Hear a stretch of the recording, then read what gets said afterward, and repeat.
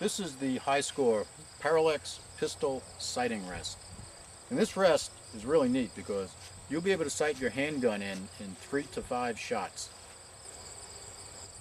The first step in sighting in is to have a target. You can use a bullseye, but we found it a little bit easier to use a cross target like this that you can make with a marker. Put it 50 feet away and fire a 3 or a 5 shot group.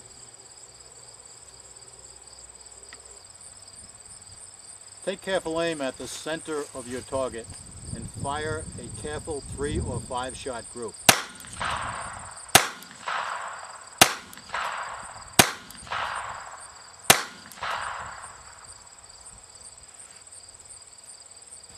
As you can see, we're a little bit off the mark, but that's our group, and the important thing is to have a good tight group.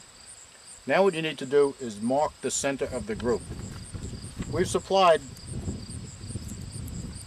a number of these iridescent orange target plasters, and here you can mark the group very clearly.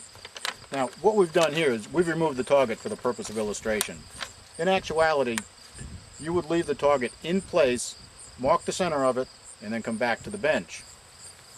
Another thing you may want to pay attention to is if you miss the paper, move the target closer to the gun until you're on the paper, and then adjust from that point, and then move the target back to your normal range.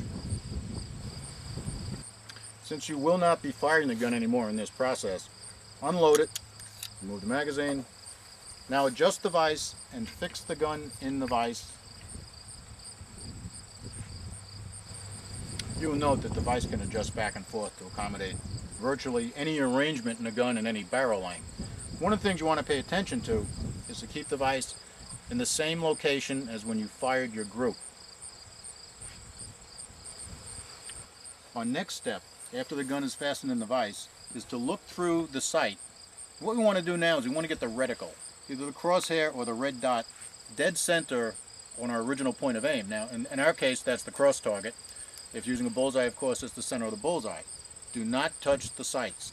What you want to do is you want to move the rest left to right for windage, and you want to use these elevation adjustments to change the elevation until you get the reticle dead center on your original point of aim. This is the final step. We're going to mechanically and optically align the points of impact and point of aim. Remove the scope caps, look through your sight, put the reticle or the red dot dead center on the original point of aim. Now in our case that's the center of the cross. Of course if you're using a bullseye target it would probably be the center of the bullseye.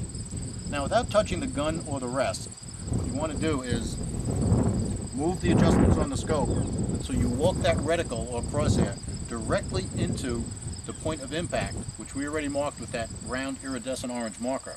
Once you've done that, you have aligned point of impact and point of aim, and you are sighted in.